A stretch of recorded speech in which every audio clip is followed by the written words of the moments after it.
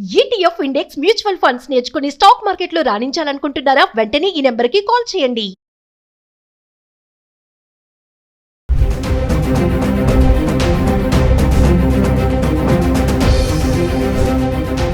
నమస్తే, welcome back to Suman TV. బంగారం వెండి ధరలు మరి ఒక్కసారిగా తగ్గి మళ్ళీ పెరగడం మొదలు పెడుతున్నాయి. అంటే సైలెంట్గా తగ్గుతూ వచ్చినటువంటి ధరలు మళ్ళీ సైలెంట్గానే పైకి వస్తున్నాయని అనుకోవాలి. మరి పెళ్లిళ్ళ సీజను మాఘమాసం వచ్చేసింది. ఆల్రెడీ మనము బంగారం వెండి పైన చాలా వీడియోస్లో మాట్లాడుకుంటూనే ఉన్నాం. మరి ఈ రోజు చూసుకుంటే బంగారం వెండి చాలా పెరిగిందని అనుకోవాలి. మరి వీటన్నిటిపైన ఒక క్లారిటీ ఇవ్వడానికి ఈరోజు మనతో పాటు ఉన్నారు gold expert and Telangana gold merchant association president Dubbaka Kishan Rao గారు. సార్తో మాట్లాడదాం. నమస్తే అండి. నమస్తే. సార్, మరి వెండి ఈరోజు చూసుకుంటే 2,90,000 అయితే రావడం చూస్తున్నాం. 4,25 దాకా వెళ్ళినది 2,90,000 ఆగిపోయింది. అంటే ఈ టైంలో మరి వెండి కొనడం ఎంతవరకు కరెక్ట్ అంటారు? అసలు వెండి ప్రత్యేకతలు ఏంటి అంటే?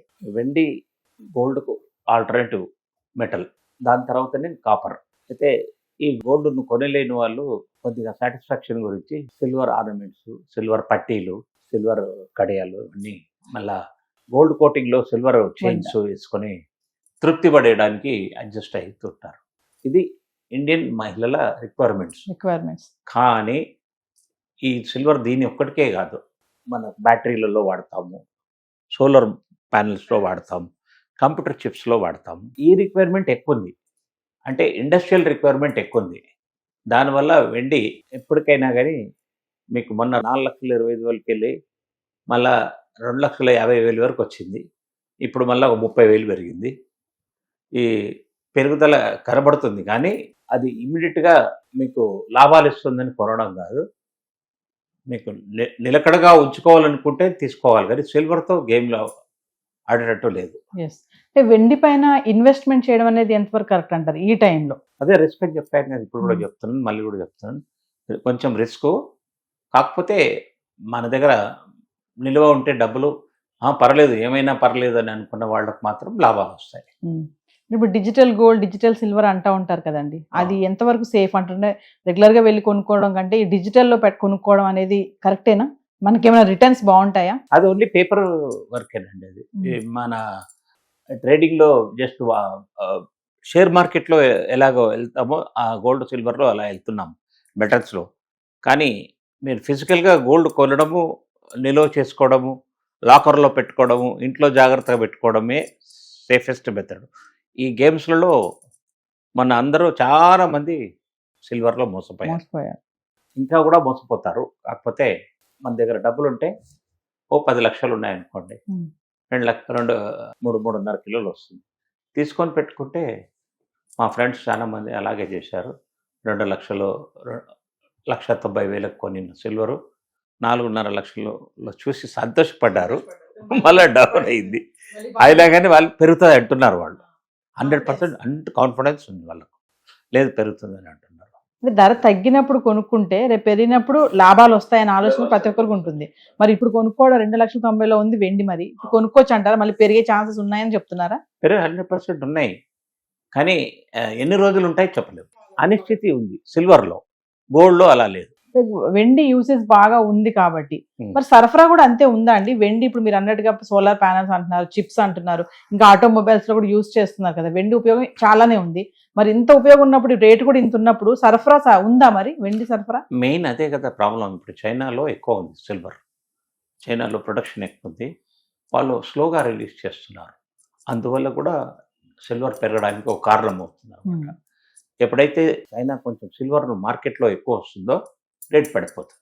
అంటే వెండి బంగారంతో పాటు కొన్ని లోహాలు ఉన్నాయి కదండి, ఇంకా మన కాపర్ అని ఇంకా చాలానే ఉన్నాయి, ప్లాటినం కానీ, ఇవన్నీ కూడా పెరుగుతున్నాయి, కొంచెం కొంచెంగా పెరుగుతున్నాయి. ఆ మధ్య కాలం చూసుకుంటే ఇత్తడి కూడా కాపర్ బాగా పెరిగింది ఈ వెండి బంగారంతో పాటే. అంటే ఎందుకు వీటితో పాటు వీటి విలువ కూడా ఎందుకు పెరుగుతుంది అంటే? ఇవన్నీ కూడా మెటల్కి సంబంధించిందే కాబట్టి కాపర్కు సిల్వర్కు చాలా దగ్గర సంబంధం ఉంటుంది. ఇప్పుడు కాపర్లో జింక్ కలిపితేనే బ్రాస్ అవుతుంది. జింక్ మెటల్ 2 ప్రపోర్షన్లు కలిపితేనే gold colour, equivalent gold colour brass వస్తుంది. ఈ బ్రాస్తో వెజల్స్ అని తయారవుతున్నాయి. అండ్ దీపాలు, ఇవన్నీ ఎన్నో ఎన్నో దేవుడి టెంపుల్స్లో డెకరేషన్ ఐటమ్స్, గుడికి మీద గోపురంకు అన్నిటికీ ఈ బ్రాస్ వాడుతున్నారు. ఇంతకుముందు కాపర్ వాడి గోల్డ్ కోటింగ్ వేసేవారు. కాస్ట్ ఎక్కువైంది కాబట్టి. ఎక్సెప్ట్ తిరుపతి, ఎక్కడ కూడా తిరుపతి, శ్రీశైలం, కనకదుర్గ టెంపుల్స్‌లోనే గోల్డ్ ప్లేటింగ్ ఇచ్చారు. ప్లేటింగ్ కూడా మంచి మందంగా ప్లేటింగ్ ఇచ్చారు. ఒక 15, 20 ఏళ్ల వరకు దానికి డోకా ఉంటదనమాట.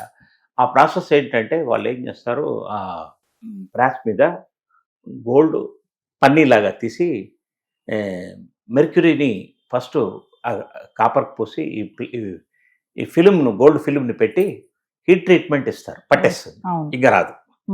పూత మనం ఎంత గీకినా రాదు, ఫిక్స్ అయిపోతుంది. fix అయిపోతుంది. బంగారానికి ఎంత ఇంపార్టెన్స్ ఇస్తారో కొంతమంది వెండికి కూడా అంతే ప్రాధాన్యత ఇస్తారు. ఆ, ఈ పూజా సామాన్లు కానీ మీరు అంటే ఆర్నమెంట్స్ తక్కువ కానీ ఈ పూజా సామాన్లు ఇంక మిగతా చిన్న చిన్న అష్టలక్ష్మి వస్తువులు చెంబు వీటికి బాగా ప్రాధాన్యత ఇస్తా ఉంటారు. మరి వెండి కొంచెం కొద్ది రోజులు చూసుకుంటే 3 లక్షల్లోనే ఉంది కదండి. మరి అవును, అంటే ఇంకా ఇది 5, 6 వరకు వెళ్ళిపోతుంది అంటారా? వెళ్ళిపోతుంది. అదే ప్రాధాన్యత ఎక్కువ ఉంది మన కాబట్టి. యుటెన్సిల్స్ గురించి పెరగడం లేదు.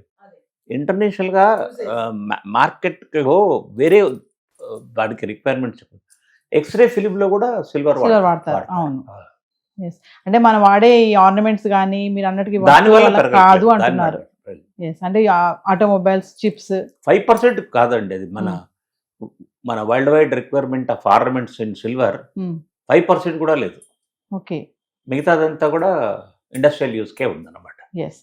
సో ఏదేమైనా వెండి బంగారం ధరలు అయితే ఇంకా పెరిగే ఛాన్సెస్ ఎక్కువ ఉన్నాయి అంటున్నారు. 100% ఉంది. తగ్గే ఛాన్సెస్ తక్కువ. అది ఆశ పెట్టుకోవడం కూడా తప్పు. ఒకవేళ పెట్టుకుంటే మీ అదృష్టంతో ఒక 5,000, 10,000 తగ్గవచ్చు. అది టెంపరీ ఫినామినా, 100% పర్మనెంట్ కాదు. Thank you. వెల్కమ్.